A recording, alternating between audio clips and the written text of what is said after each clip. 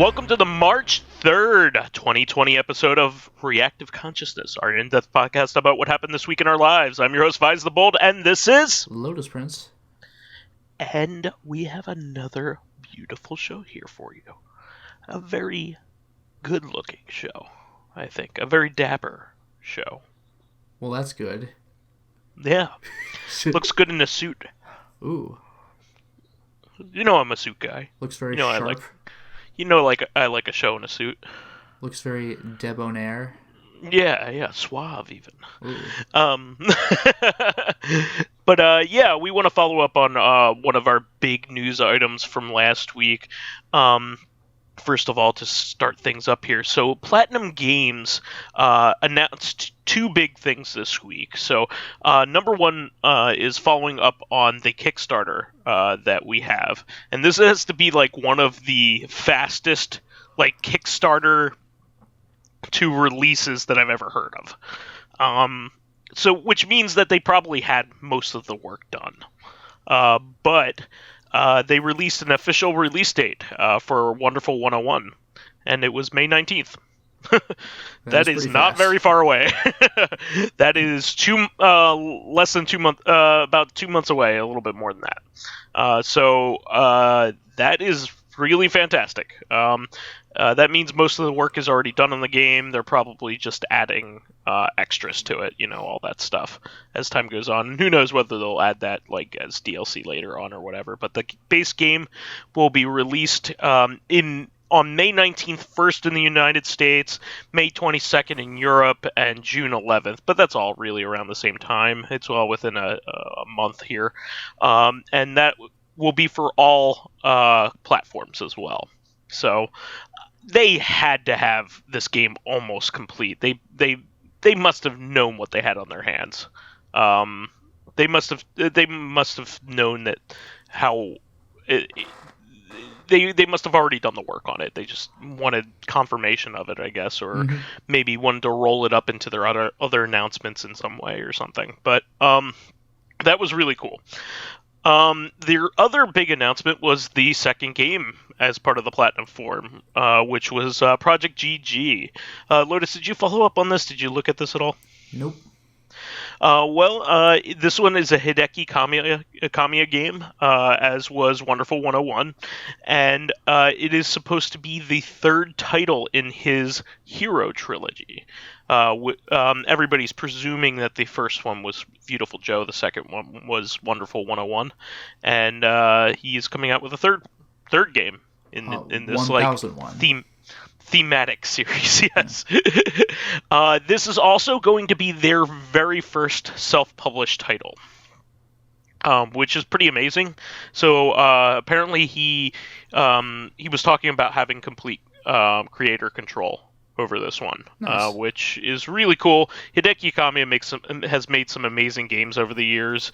Resident Evil, Devil May Cry. I'm not 100% sure about Resident Evil 1, but definitely 2. Okay, yeah, but he's made some of the most famous games ever. It's some of the biggest Capcom games, and then he worked on all the Clover titles, I think, right? Beautiful Joe and Okami and all God that. Hand. Yeah, and God Hand. So this is great. I mean, he's cantankerous online, but he's amazing. He's an amazing video game designer. So he's also part of. He made the first Bayonetta. I don't think the second one, right? I don't know about the second one, but yeah, definitely made the first because he famously had said, well, semi-famously had said, because people were like talking about the design for Bayonetta, the character, and they were crediting Kamiya for it, and that's not really the case. Kamiya wanted a witch who uses 4 guns. That was his input. Yeah. And then it was a woman member of the team actually made the design. It was a woman who designed Bayonetta, I believe. Yeah. Yep. But apparently this one's going to be Ultraman inspired, whereas like Beautiful Joe was kind of like a Sentai thing almost. Yeah. Which is they're all very similar, Japanese superhero drama things. But Ultraman is cool. It's one of those classic. I can't believe Ultraman ripped off of Superhuman Samurai Cyber Squad. I can't believe it. But yeah, this is really cool. Also, Project GG, he said that it was it's a name in it's like a working title name. So that will be updated to have an official name later. Are you sure? Because in Street Fighter 3, there was something called the G Project, and then in Street Fighter 5, there's the character G. You like that? You like that shit? No, but apparently Project GG, he literally said that it will be a working title, and he also said it's a go-go, baby. Very nice. So I'm pretty excited about that. So really cool stuff. Look, definitely gonna get Wonderful 101. I need to get in on that Kickstarter before it closes. So maybe it'll be Beautiful Joe Red Hot Rumble 2. You know, that game that everybody played, or better yet, the DS one that absolutely no one remembers. I don't even know if I knew about that. Yeah, it's a completely unique title for the DS that nobody seems to remember. Wow. Yeah, when I talk about it, everybody's like, "What? There was a DS one?" It's like, yeah, there was a fourth Beautiful Joe title for the DS. But yeah, really cool stuff. Looking forward to that. Also, there have been some new details about the Resident Evil 3 remake. So apparently, it's come to light that the original designers of Resident Evil 3 had some misgivings about the original version of Resident Evil 3 when it came out, because if you play it directly after you play Resident Evil 2, you start to see that there were a lot of reused assets. It's a great game on its own, and it does a lot of neat things. However, it certainly looks like a game that, kind of like Majora's Mask, like Resident Evil 3. Like, I don't know what people are complaining about. Well, what they're trying to apparently people complained about it back then when it was released. Okay. This was the concurrent thing. So the team that members that are returning for this said that this is a really great opportunity for them to make a more fully realized version of what they meant to make. Fair enough. Which is really neat. Kind of like Resident Evil 1 remake added stuff that didn't make it into the original game, like Lisa Trevor. Yeah, what they want to do here is they want to make Raccoon City a more fully fledged place rather than, the small interludes that you go out on the streets on. Yeah, like the police station, that's the only building in Raccoon City, stuff like that. Oh, exactly. By the way, real quick, just to go back for a second, because I did cut you off in Majora's Mask. The excuse for that was that they had 1 year to make the game. Well, yeah, but it ended up being a brilliant game anyway. Yeah, it worked out really well, but they were just like, how much new shit can we make? Just use the Ocarina of Time stuff. Yeah, and I mean they're doing that with Breath of the Wild too. I mean they're going to be reusing a lot of assets for that game, but I'm not going to be complaining because they're going to use it in new ways and new ideas. So I don't care. As long as it's good, I don't care. Yeah, Majora's Mask took what you knew and turned it upside down, so it was interesting for that. Exactly, and RE3 just the nemesis menacing you the entire game is just so compelling. It sounds like such a freaking nightmare. It was scary enough when he met you unscripted times. Mr. X in the RE2 make is terrifying. I hadn't felt that way playing a game in a really long time. Nice. I was on edge while I was exploring the police station because Mr. X just shows up and fucks your day up, and you can hear him thumping around in the hallways, and you don't know where he is. And he's got that power walk, which is kind of faster than it looks. Yeah, and you have extremely limited ammo in the RE2 make, so it even on normal mode, you have a pretty limited ammo pool, and and you don't want to waste it on him because you're going to be fighting a boss. He's the one guy he's going to keep getting back up. Exactly. So I'm really looking forward to this because I played a little over half of RE2 make, and I will be going back to it soon. But, so you completed one character's campaign? You know what I mean. I've beaten the police station, which is the major part of the game. There are, like... It's not like there's only one more dungeon after that, but the ones that are after it are generally much shorter. Yeah. Well, I've beaten the sewers and the police station, so all that's left is the lab. You got a little bit of underground train stuff, but yeah, pretty much. Oh well, all I have to do is take the train to the lab. Okay. That's all. That's the point where I'm at. All I did right now, right now I'm going back to explore everything that I haven't explored, that kind of thing, loose ends kind of stuff, before I make the point of no return, which is basically the end of the game. It's kind of like going to Antarctica in Code Veronica or whatever. So Antarctica's like huge. Like I mean I do know what you mean, but like it's the second disc of the game. Yeah, but like the lab isn't that long. Antarctica is pretty long. Like it's like the other, like you play as Claire, you play as Chris. So like it's the other entire half of the game. Well, I mean, I know what you mean. It is the downward slope. Yeah, and to be fair, in Remake, like I don't know what the lab is like. Just in Resident Evil 2, that's a good was point. Certainly shorter than the police station, although it wasn't too short. Like in Resident Evil 1, if you know exactly what you're doing, the lab is like 10 minutes long. I also played the new section of RE2, which I'm not spoiling for you because I know you want to play it, but I have played the new section. So, nice. Just moving on from that, there was a quick thing that they revealed. There is a poster hanging up in the subway of Dr. Light and Dr. Wily. Yeah, Capcom giving itself a little bit of a wink.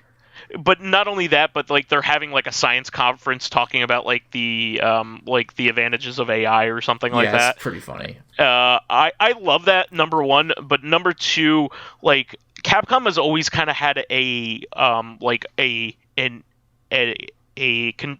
contained universe. So, but Mega Man's never really entered into Resident Evil at all. So, and Resident Evil really hasn't entered into anything else. Besides, Mega Man's. I don't know how much Mega Man's even really entered into anything. Like, there's a shout out for it in Dead Rising. Like, you could get a little Mega Man prop at the. Like, it's not like Mega Man happens, in that universe. Well, I'm mostly referring to like Street Fighter, Final Fight, and Captain Commando are all in the same universe. Yeah, though I didn't know Captain Commando was, but yeah, Street Fighter and Final Fight definitely. Yeah. Yeah, like a lot of their games are in the same universe and like use the same money and all that stuff. Mm-hmm. Like Capcom Zenny, it has been in like a billion games. Well, it was a billion games before that. Like the game of Forgotten Worlds or Forgotten Soldiers. No, Forgotten Worlds. Yeah, the shmup had Zenny in it. Huh. Like all that stuff. It's all fun and winky, but like Konami did it too. I mean, like Kojima really kind of like solidified that everything is kind of related. Yeah. Like I mean, Zone of the Enders has like Gradius shit in it. Like all the Rebirth games, the Konami Rebirth games, are connected in one way or another. Yeah, it's pretty great. Yeah, really cool stuff. But it's just cool to see that they're doing some fan service there, at least in the very least. Do you know what Resident Evil 3, the original, had? That was not Capcom fan service, but fan service. Go for it. Among the wrecked cars on the streets was the DeLorean. Oh yeah, I think I remember that. Yeah. Did it have like the engines on it, like on the back, or was it just like a real DeLorean? Well, I mean, how many real freaking DeLoreans are there? But I think it was supposed to be the Back to the Future one. I don't remember exactly what it looked like, and it might have been a side view. So like, I don't remember. It's been too long. Gotcha. But like, that was the joke anyway. Yeah. Exactly. Well, moving on from that, this is really cool. This has just been one of those things that's been really neat about the current era of games, which I think has actually been the best. Like, the last 5 years have been like some of the best things that have happened to classic gaming and modern gaming in a really long time. But Master of Magic, a seminal, like, really tentpole 4X strategy game from the DOS era. It's 25 years old now. Just got a Steam release with a full expansion, like a brand new expansion in like the old game's engine. It's not like a remake or a remaster, like a full expansion in as part of the old game, which is really, really, really cool. It adds new units, spells, buildings, difficulty options, and improvements to the AI. I'm getting this from a PC Gamer here. This is like considered to be by fans of this to be like one of the like best and foundational releases in the 4X strategy genre. So this is really, really neat, and not only that, but it's much more accessible now because you can buy it on Steam and GOG. So it's really, really cool. I'm really excited. You know, I that's not my type of game, but I'm really excited to hear about that. On principle, yeah. Yeah. I think they did something with Age of Empires 2 just recently too, where they added a whole bunch of new content, like Age of Empires 2. You know, like it's like if Blizzard went back to Warcraft 2, not Warcraft 3 even, but Warcraft 2, and added an expansion to it. Yeah, crazy. I mean, those were at least released finally to GOG and probably Steam like a couple years ago. Yeah, which is something. But I just find this like extremely enthralling. Like, they were like, okay, well, let's give people a reason to buy this game again. Yeah. Which is really neat. Let me see how much it is, but I'm sure it's a very reasonable price for that kind of thing. I would consider, you know, like $20 to $25 for something like this to be like really good. For a 25-year-old DOS game. Oh wow, it's even cheaper than that. Yeah, I would expect like 5 to 10. It is $5.99. There we go. with the extra update and everything. So yeah, really cool stuff. Wow, yeah. People are talking about this online and everything. It's like a big thing. Yeah, it came out February 25th. You know, the date of our last release. So really cool stuff. I'm really excited about that for fans of that, because I know a lot of classic gaming like DOS fans love that game. So in keeping with that, I did want to also talk about GOG's update on the refund policy, which is actually really generous. Yeah, it is.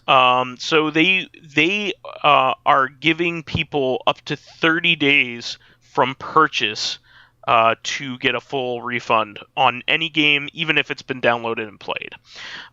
Also, to entirely appreciate what that means, you have to recognize that GOG gives you DRM-free games. Yeah, when you download a game, you have it.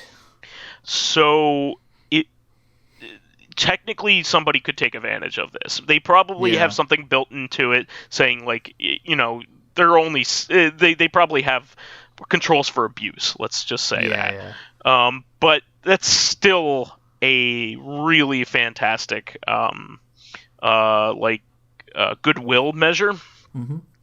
And I don't know of any other. They're probably the number 2 or 3 online game service, you know, so that's still a really big deal for somebody like them to be offering something like that.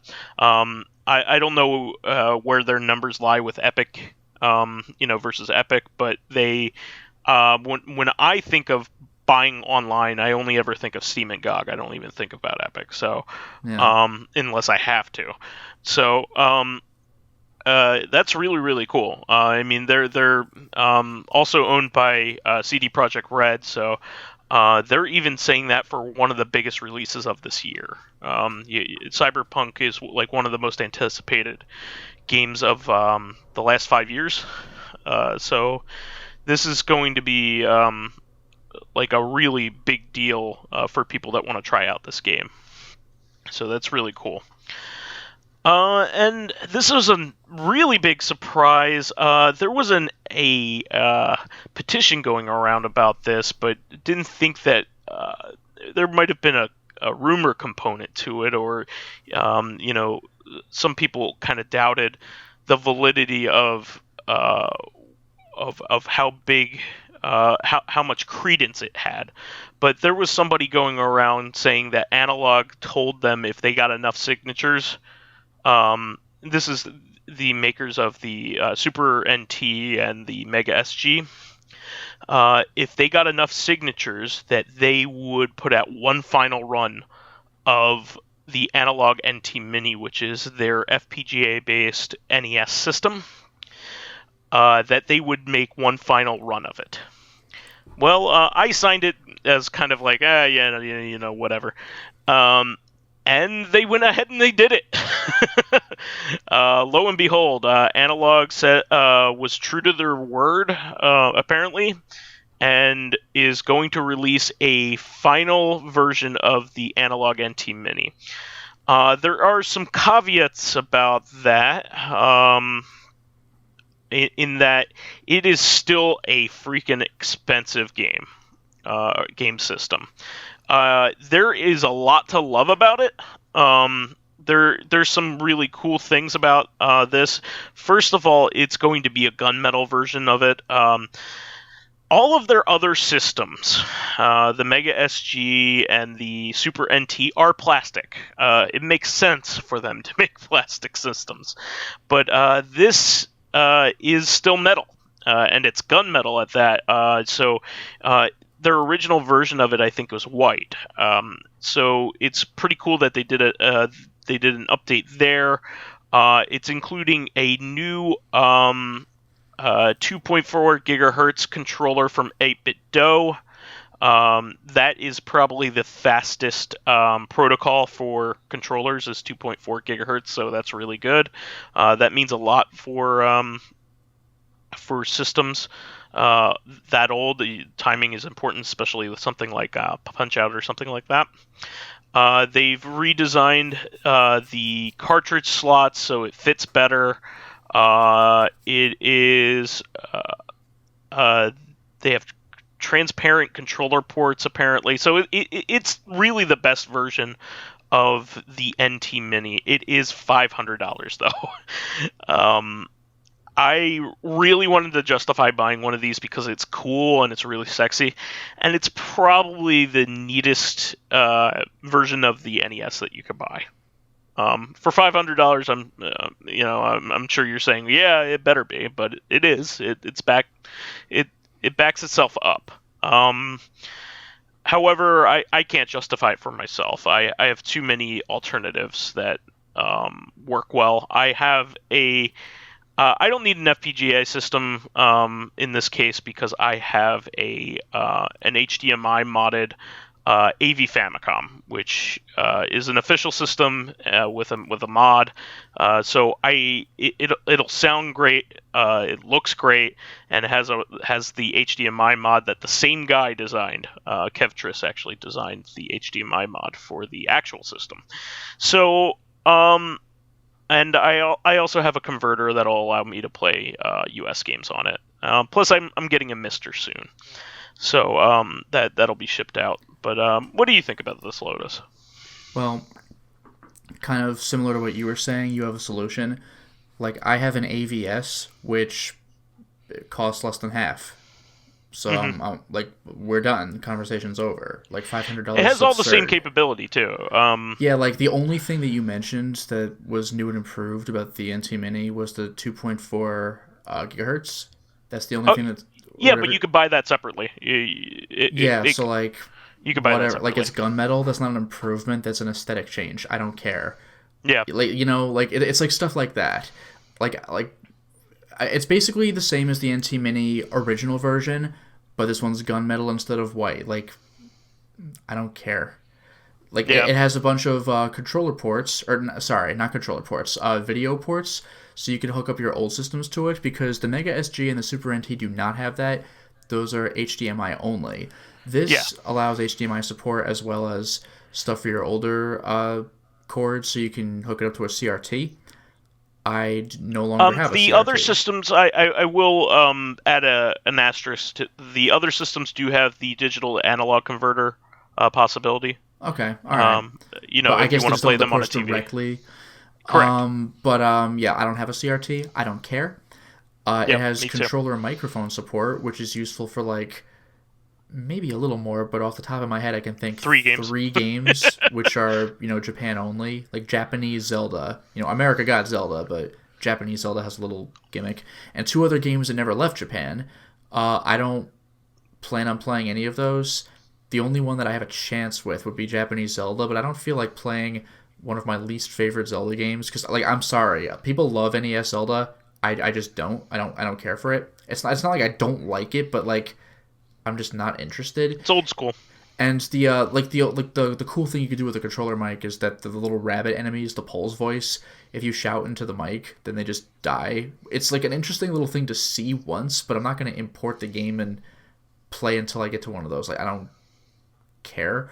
So basically, it's $300 extra for stuff that, like, I don't plan on using. I just want to play the video games that I would have played anyway, which I can do with the thing I already own, so I'm good. Like, and even if I were interested in the mic support, like, $300 extra is, like, laughable. Like, $500 is ridiculous. Like, the analogs, the other analog stuff costs, like, $200-ish. Yeah. And I get that they're using metal for the system, but, like, why? Not, like, just, like, yeah, like, no. Well, here's what I think. I think it's stupid of them to throw away the work that they've done with the FPGA and, like, everything that they've designed already with this thing. Yeah. To say that they will never release another one of these is probably accurate, but they're probably telling a half-truth in that they are probably redesigning. Yeah, I'm kind of hoping for, like, I don't know if you would call it an NT Mini Lite, but, like, just a basic version that only does the HDMI out, which is the only thing I care about anyway. That's what I think. Like, the watered-down version would be 100% of what I want.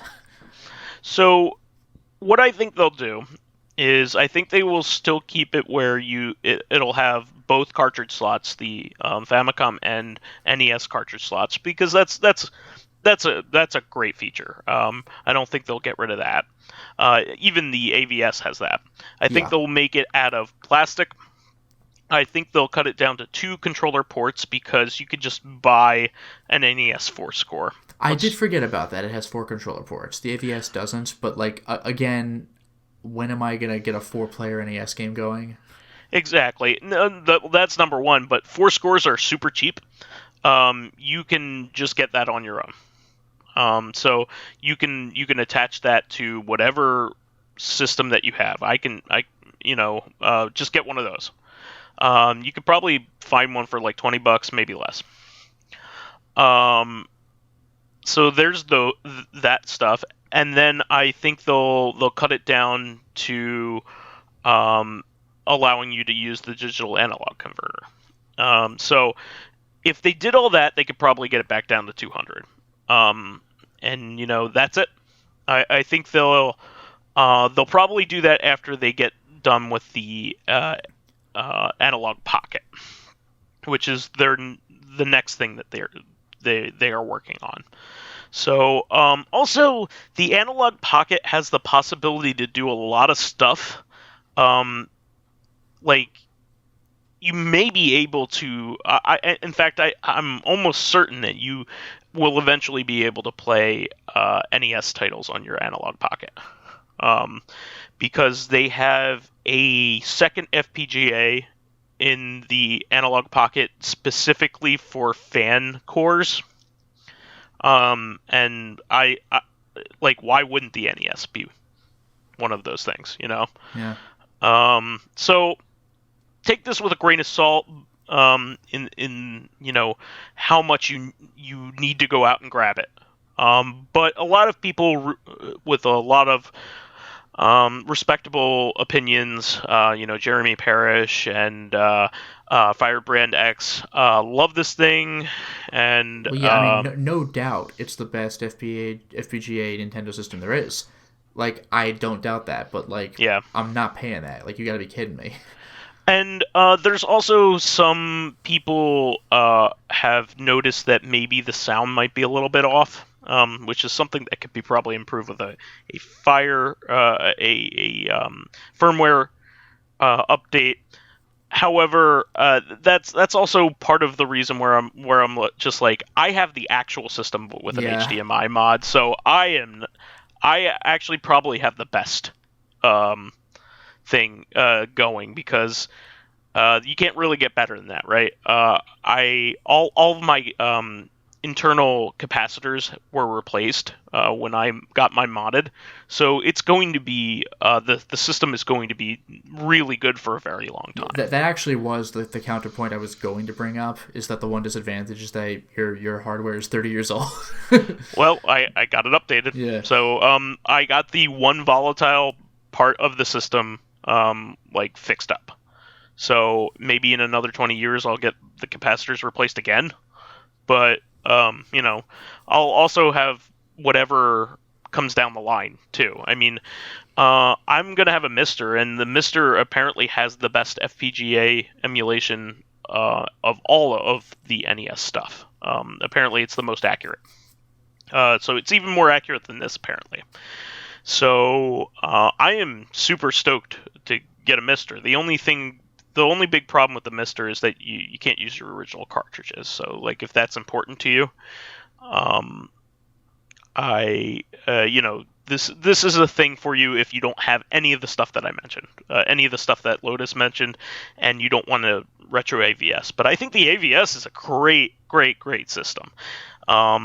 I think it gets really overlooked compared to this thing. I think it's the better buy. I would suggest to anybody who said, I want something accurate that can play all my old cartridges, and I want a decent price, I would always 100% go for the AVS. This is for the person who wants a Ferrari.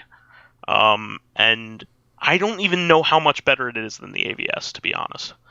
More and more I think about it. I mean, other than its sexy look. Well, that's the thing. It has those extra controller ports. It has those extra controller ports. It has... And the analog out. Yeah, right? The analog out. Yeah. And the mic support for the 3 games that you don't own but think you will at one point. So those are extras, but I don't care about any of them. There's a reason that even on my version of the Famicom, the AV Famicom, the second version of the Famicom that was released, that they took the mic support out of it. There's a reason for that. Even the official Nintendo update did not have that microphone. Yep. Moving on from that, let's see here. Just wanted to talk about a couple releases. We've been talking about the Mega Man 0/ZX collection. That is a little joke. Listen to the previous episodes if you don't get it. But apparently this version of the game is fantastic. I was waiting for the reviews of it to come out because I wanted to make sure that it was good, because some people have some discrepancies with the earlier Mega Man Legacy collections and Mega Man X collections. Apparently they have a little bit of lag to them. But apparently the Zero and ZX collection plays perfectly on every system that everybody's been playing it on. They even have remastered cutscenes, from the DS games. They have anime cutscenes, and apparently they, are less compressed and look great. The DS really does look like shit if you play their games on anything but the DS itself. Yeah, and even back then you could tell it was compressed to hell. It just makes me think of those, you know how the Game Boy Advance had like GBA videos, like Pokemon episodes you could watch? Yeah. They look fucking terrible. Like, but I mean, what do you expect? But they still look fucking terrible. But apparently it also has the remixed and remastered versions of the Zero games music as well. So it's not like the compressed, tinny sounding GBA music that originally was released with them. Yeah. So if you have been heavily into like Game Boy Advance games, you will notice that probably the worst thing about them is their sound, because the sound hardware is really pretty terrible. I don't think it has any onboard like audio tools compared to almost every other system ever made. So apparently, like, each company needed to come up with their own tools to make sounds and music and everything. You know what I think of in that regard? This isn't the GBA, it's the DS, I think. Mm-hmm. But like the BioWare Sonic the Hedgehog game. Yeah. Because like the actual music sounds pretty good, but like the quality is atrocious. Like, it is noticeable. Like, even if this was the first game you ever played, you'd be like, is it really supposed to sound like that? Yeah. I'll give you, for instance, like a lot of people say that the best version of Final Fantasy VI, for instance, is the Game Boy Advance version. Yes. The two major detractions are like the resolution, and the other, the biggest detraction is that the music doesn't sound as good. Mm-hmm. I'm sure there are comparisons to it on YouTube. Just go check it out, and you'll understand. There have been some mods to that particular game to make the sound more like the SNES. You should definitely take advantage of that. Some fans really worked hard on that. I'm still waiting for Square to do like a proper fix of FF6 on Steam like they did for Chrono Trigger. What I think they're going to do is, I think they've seen some success with re-releasing Final Fantasy games on the Switch. I think I think they will release Final Fantasy VI, 4, 5, and 6 at some point on the Switch. Now, in what form I can't tell you, because with history will tell you that they've done amazing things, like the Mana collection. Yeah. That was great. It was exactly what you would want. The emulated original versions, and then a new translation. Fantastic. What they did with Dragon Quest 1 through 3, though, is that was not so good. It was not so good. They screwed all the art up. It doesn't look good. I refuse to play it. I will either be playing it on like Dragon Quest 1 through 3 on my phone, which I already have them. Oh, I was gonna say NES, like Dragon Warrior. Actually, the second choice is the like translated Famicom version of Super Famicom version. I'm sorry, where they upgraded it for Super Famicom. They upgraded 1 through 3 on Super Famicom, and the Super Famicom version is what the Game Boy Color version is based off of, which a lot of people said was the best in the West for a long time. So, apparently the mobile phone versions are the best. From a lot of people say, but they even have their own art issues apparently. So, what I'm saying here is, Mega Man Zero Collection and ZX Collection, this is all one title, is a really fantastic job. They did a really great job with it, and actually make this the best versions of these games to own. There is no good reason to own the old ones, especially considering that the ZX games never had a way of playing them on the TV. And they just upscaled and improved them and added new features, and it plays well. So what else could you want, really? So I can't wait to get that on Switch. Apparently it's good on all the platforms they've released it on too. Very nice. So that's very good. They Also, SNK released Samurai Shodown on the Switch. So this is really, really cool. Apparently, it got really good reviews for a Switch game, and it plays really well. Sometimes when fighting games move to the Switch, they kind of get a down port, but apparently this is really good. People really love it. The netcode is still mediocre. But it always has been. So it's not terrible, but it's not great either.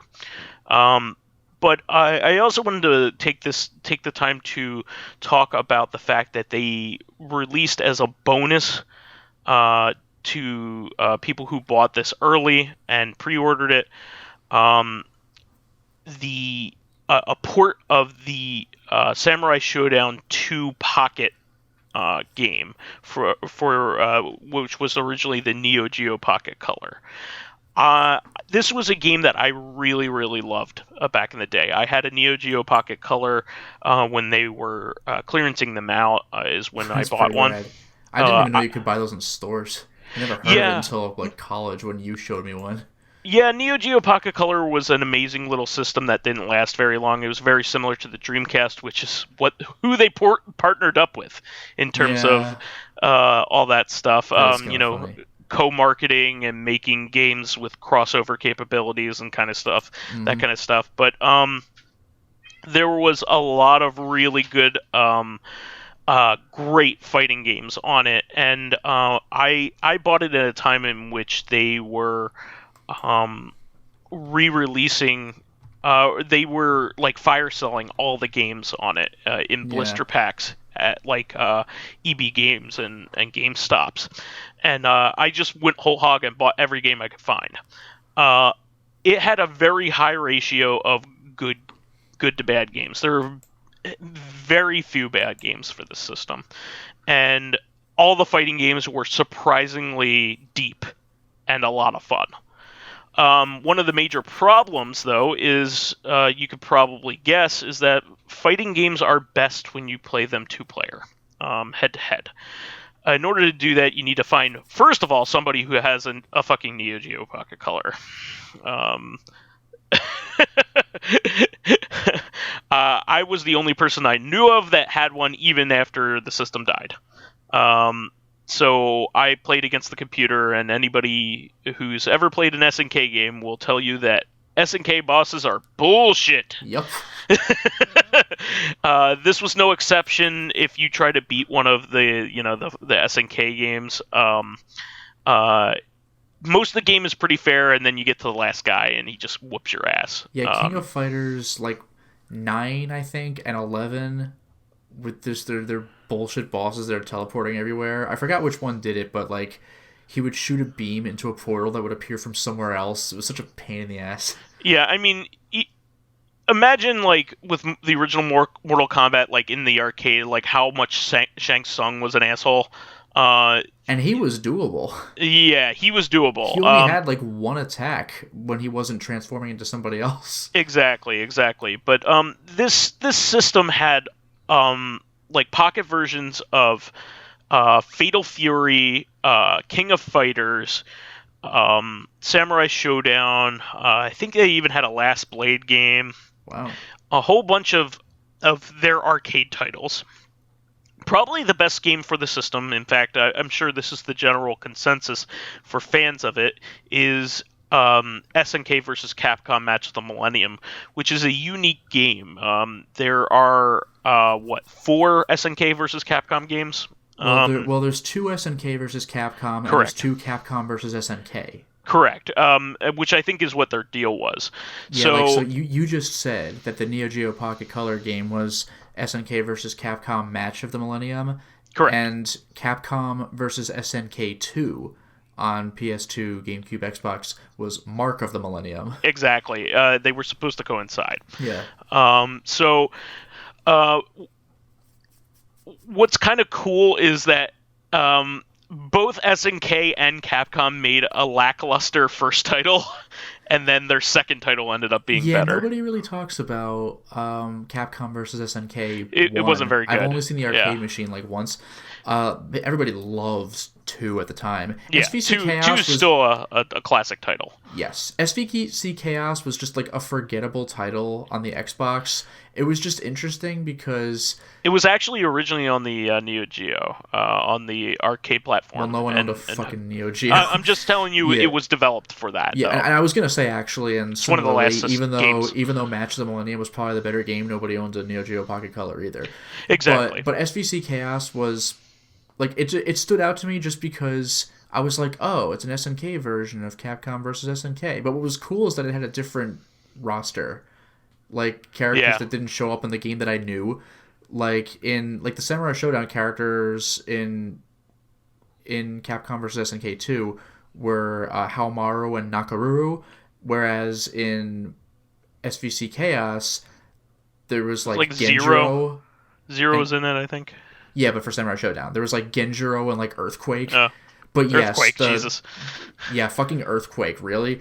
And yeah, Zero showed up, but he was, like Nintendo DS Zero, I think. Yeah, like, he had a more rounded, weird look to him. Yeah, weird look to him. Yeah.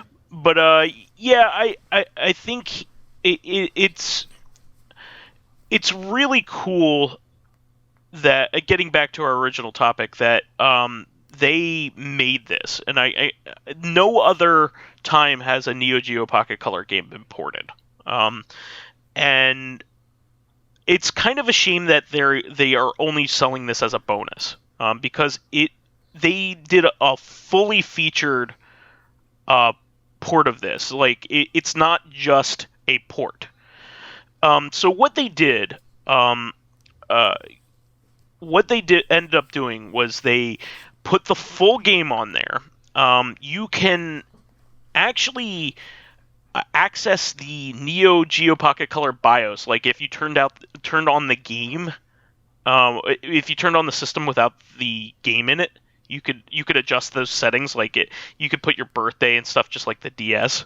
Nice. Like, there's like a bunch of little things that you could do, set the time and all that kind of stuff. Have options for if you played a Neo Geo Pocket game on the system, which a lot of people don't realize this, but the Neo Geo Pocket Color is actually like a successor to the Neo Geo Pocket, like which was black and white. Yeah, it was black and white, but like that was around for like half a year. But and also what they did, probably the most important thing, was like getting a link cable to play a second person for the Neo Geo Pocket Color was almost impossible. Like, getting one of those link cables was one of the rare. It's so rare. Even back then, like, it was so hard to find one of those things. And it was like vital for a good experience on the system. What they ended up doing was they allow you to play the 2-player mode all on one screen as if it were a console game. So, like, somebody can use a second controller and fight you just like any other fighting game. Yeah, that's great. And it doesn't look weird or controlled poorly or anything like that. What they ended up doing, and it's dynamic too. I was going to mention that. So. You might wonder, like, how are they doing, like, character selection, for instance? Because you're only going to see yourself doing a character selection, right? So what they do is, when you're doing character selection, it'll do a side-by-side with 2 Neo Geo Pocket Color screens. Oh, that's clever. Because they wouldn't have programmed in, like, most fighting games have, like, 2 sides of the screen where player 1 shows up on the left. Yeah. So... you independently select your character, which there are a lot of. It's actually quite a fully featured Samurai Shodown game. And then, when you start playing, it merges back into one, and you play it just like any other fighting game. That's great. It's a 2-button fighting game, too, so you may wonder how they made a fighting game work on 2 buttons. But all of the Neo Geo Pocket Color fighting games run off of 2 buttons, and it's because they only have 4 inputs, and the way that they get around that is you have a tap of a button and a hold of a button. are the two different inputs. So you tap a button to do a light kick, push down the button hard, and hold for a heavy kick, that kind of thing. And you got to remember also that like Neo Geo arcade games only ever had 4 inputs. It's not like a 6-button thing like with the Capcom games, for instance. So it works out perfectly. It's great. And the games are so well animated. If you saw these games in action, you'd actually be really blown away. They run at like 60 frames per second, which is amazing for like a Game Boy era title. Really, really, really cool stuff. I can't stop gushing about this because I want to gush about like the AAA release because that's really good too. But like I'm just so impressed by this port.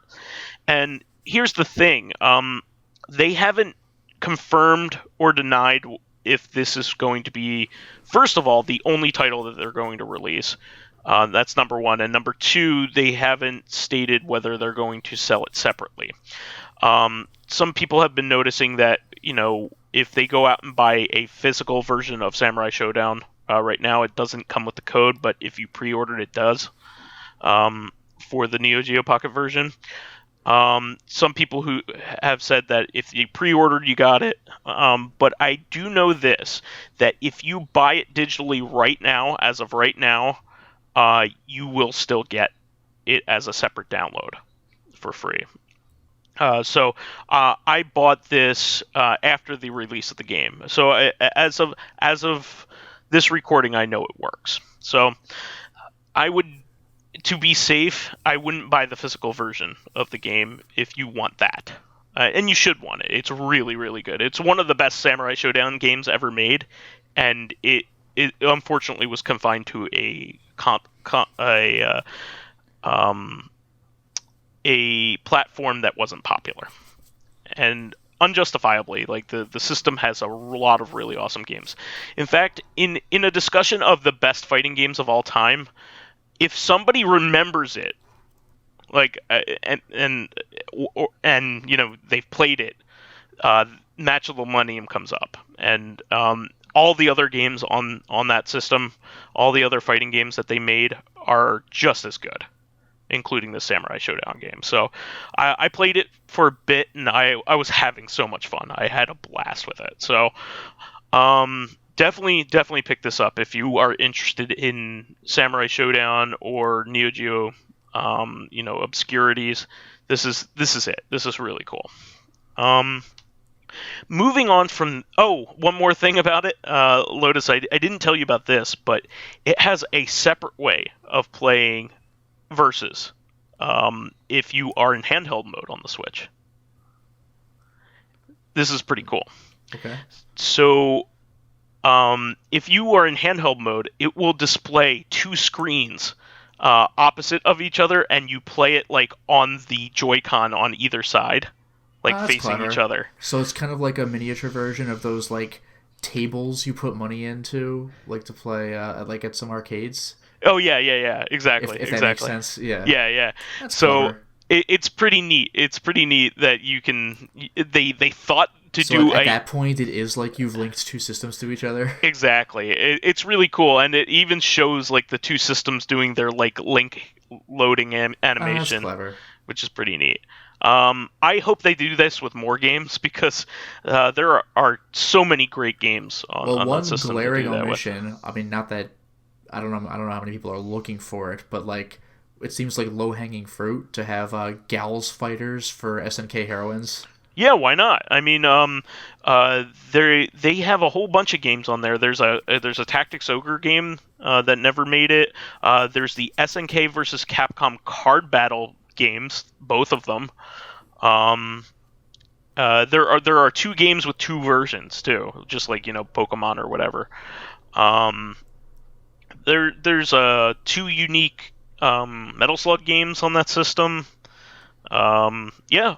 And they're all good. There's a couple RPGs. There's a game called Thessaly that is actually kind of similar to Metal Metal Gear Solid Acid.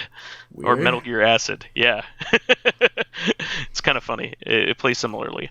But anyway, moving on, we could do a whole CoreCon on Neo Geo Pocket Color. But I wanted to say this was a really cool announcement that Cute and Rising Star have announced Western releases of Cute's GingaForce, which was a Xbox 360 game, and Natsuki Chronicles, which was an Xbox One game that released a little while ago for PS4 and Steam. This is the first time that GingaForce is going to be in English. I am super excited for that. This is the company that made Escatos, one of the best shmups of last generation. It's a fantastic freaking game, and they make really, really good quality products, and they will be accessible for Western audiences completely very soon. So I really love that.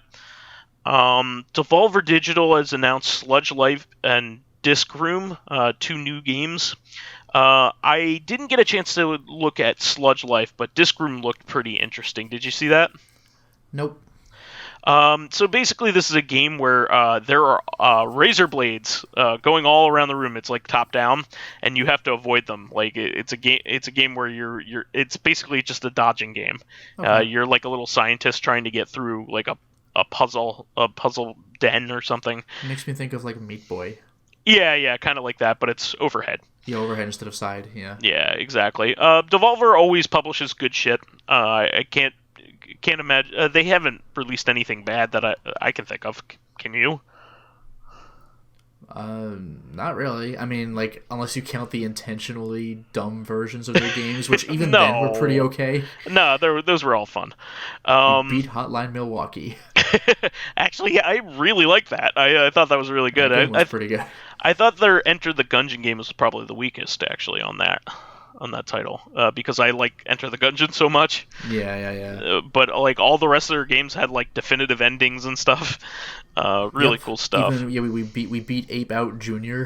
Yeah, which was Ape Out basically Jr. was just a lot of Donkey fun. Kong Jr. Yeah, that game was great. Yeah. And apparently Square Enix is reprinting PS1 titles. You can buy them from their online store right now, which is pretty insane. Yeah, that's weird. And people have been noticing that they are a little odd. If you buy one of them, they are on like stock CDRs. They're they're not like that black. I can get at Best Buy. Well, no, I don't think they're like those kind of quality, but okay. I was gonna say, I hope the games work. No. They're not like burned, but they like on somebody's computer. They're done professionally. They're just not black discs like the original games were. Okay. Which is pretty interesting, actually. Yeah, it is a little bizarre, isn't it? And they're doing it with a bunch of games, including Chrono Cross. This kind of makes me think that they are doing this because of what might be going on with the PS5, the backwards compatibility. That'd be interesting. I think that's why they're doing it. I mean, Square undoubtedly made probably the most iconic games for that system. But will they reprint Drakengard 1 on the PS2? That's the big question. They will not. That was published by Ubisoft, wasn't it? No, that was Drakengard 2. Oh, sorry. That was the one that no one liked. I was close. But I just thought this was really interesting. People were like ordering them and like, oh, well, that's interesting. Yeah.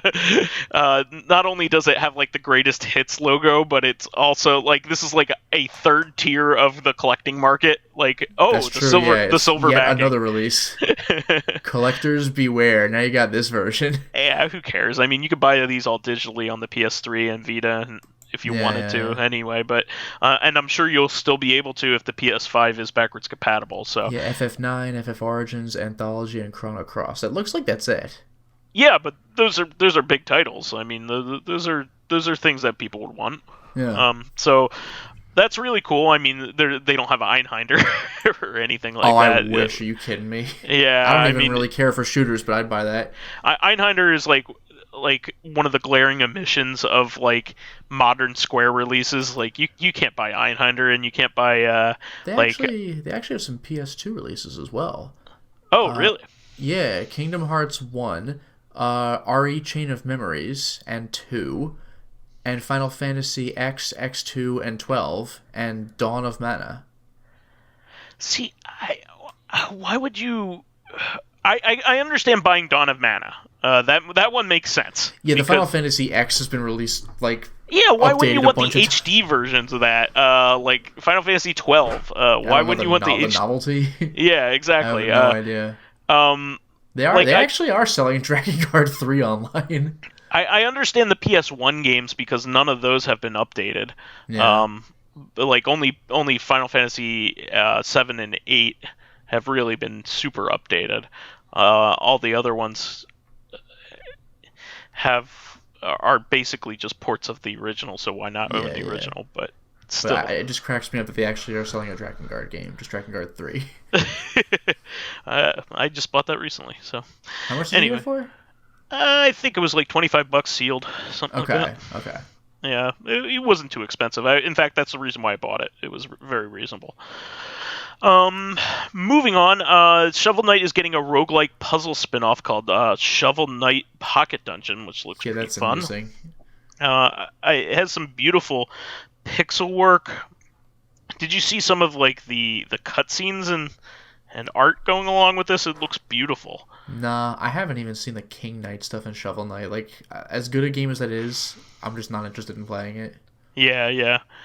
Well, I think this is coming out for mobile, so then you couldn't pay me to care. Yeah, I know. It may be coming out for something else, but I'm pretty sure it's coming out for mobile. Yeah, I think that's what's going on, but it still looks neat, which is pretty cool. Yeah. I would still think that it would come to Switch eventually anyway. So, yeah, I mean, mobile games almost by design. Well, not the games themselves, but mobile games don't last. Yeah. The new, it's a Pocket Dungeon. Is coming out. Yeah, I don't know. I don't think they have confirmed what it's coming out to. So. That's fine, but it's still pretty cool. Sure. There's apparently a head-to-head competition in it and all this other stuff, so it's pretty neat. There's also going to be a brand new Shovel Knight game called Shovel Knight. There's one other thing that they did. They have a Cyber Shadow trilogy game coming out for Xbox One, PS4, and Switch and Steam. So. And then there was Shovel Knight Dig, has apparently been doing pretty well on mobile, but I don't follow that. I don't follow mobile really, so unfortunately. But moving on, Harmonix announced a new experience called Fuser, a non-stop virtual music festival where you control the music. I have no idea what that means, but it's probably some like DJ widget. They're into that kind of thing. I mean, they made that board game, which is pretty fun, where you can do that kind of thing. So that's pretty cool. Mm-hmm. There's also a rumor going around that Monster World 4 for the Genesis is getting a remake. I would say that has plenty of credence. The Monster Hunter Dragon's Trap had a fantastic remake. Monster Why not? World. Or Monster Hunter is the shitty-looking movie that looks like it's going to be coming out soon, based on the awesome video game. Monster World Dragon's Trap was a fantastic remake. There's also a really good Monster Boy installment for the Switch that was really, really freaking fantastic. So why not remake 4, which is one of the more beloved entries in that series? So I definitely am excited for that if that is the case. And also, Yakuza 0 came out for Xbox One and Windows 10 store. That's pretty crazy. So yeah, the Sega was saying, "Hello, Xbox users. We sorry you were waiting for so long," but quite a long time because it was a PS3 game. Yeah, I mean, Yakuza 0. Yakuza 0 is a PS3 game at this point. Huh. I mean, it was PS4, but I believe it had a digital PS3 release. Oh, okay. Well, it's still cool. I mean, Yakuza 0 is probably the most popular title in the series. It's a very good starting point. Yeah. It's really I would argue that, I mean, gameplay mechanics aside, I would say I really like 4 and 5 the best, but, like, 0 exists in a vacuum. Like, you don't need to understand the lore because it's the first chronological entry in the series. Exactly. It also came to Game Pass, so if you're a Game Pass member, you get to play this wonderful game for free, which is amazing. And the creator of Higan, the probably the most accurate and well-respected emulators ever. On the PC, Higan is an emulator for SNES that is super accurate. So much so that basically it's like playing the original system. And this is without FPGA use, which is really impressive. And this is also the emulator that's adding like HD, like widescreen versions of these games. Okay.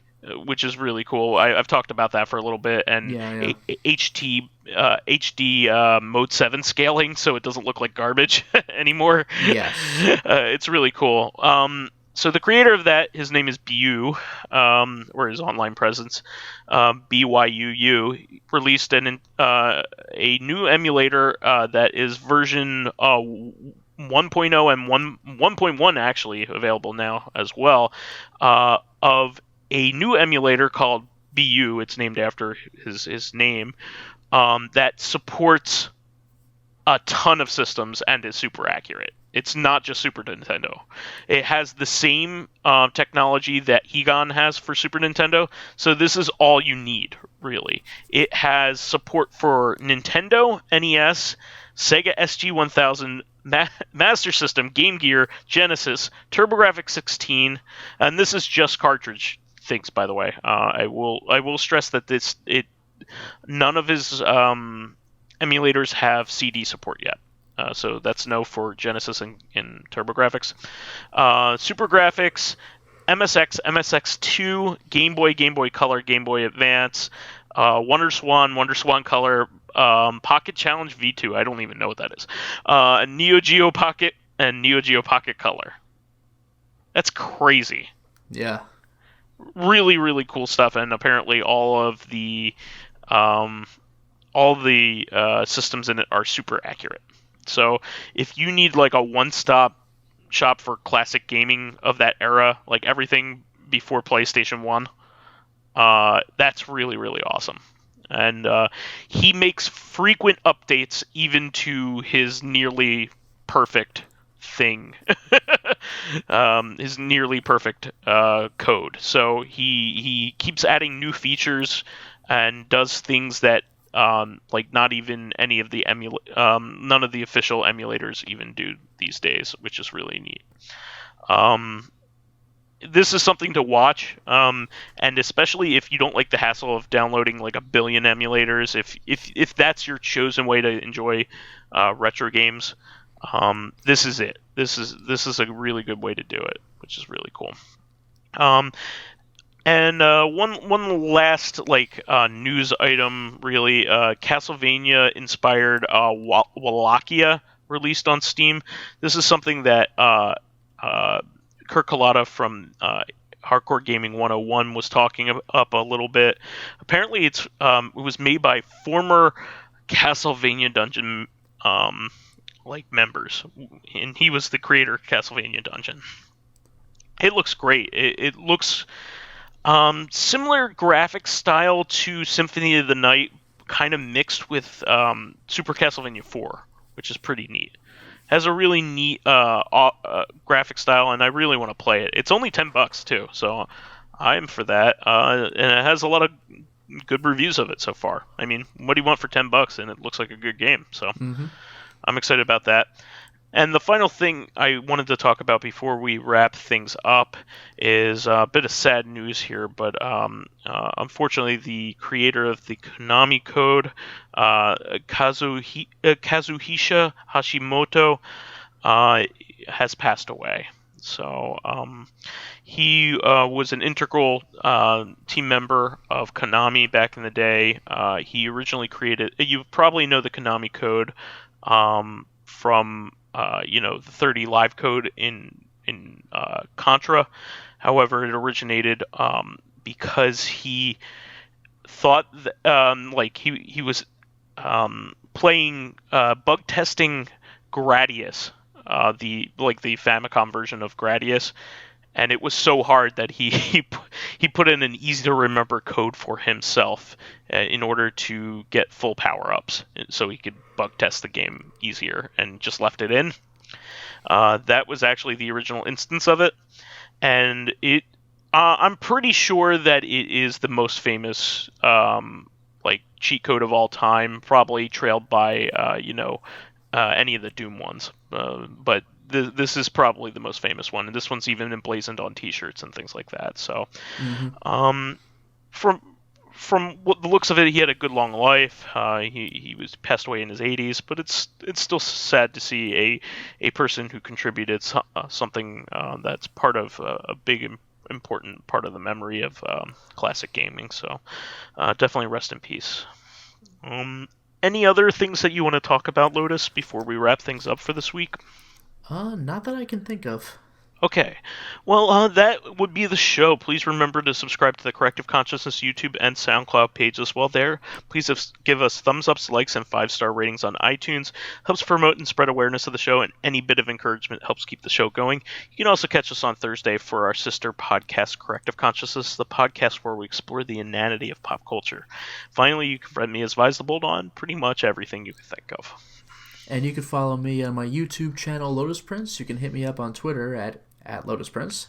And finally, if you are interested in seeing my videos early, getting in on exclusive live streams, selecting upcoming games for me to Let's Play, or getting in conversations with me and other patrons on Discord, then perhaps consider swinging by my Patreon account, which can be found at patreon.com/LotusPrince. What are you playing right now? Just to give you a little plug. Well, okay. Well, my current Let's Play, which is nearing its conclusion, is Bloodborne. It'll be 52 parts because it's a long game and I'm platinuming the game. Excellent. So for patrons, they're up to part, at the time of this recording, 49, I think, or maybe even 50. It's almost over. And so the other people are at 42, I want to say. And as for what I'm streaming, I'm doing Deathmark, which is publicly available. I do it on Sundays or Mondays, whichever day I'm not podcasting. And for patrons, on Wednesdays, I'm currently doing Shadow Tower, a FromSoft title. Interesting. All right. Well, we'll catch everybody soon on Thursday, where we will have an overview of the NES and the NES app on Switch. Until next time, everyone. Catch you there.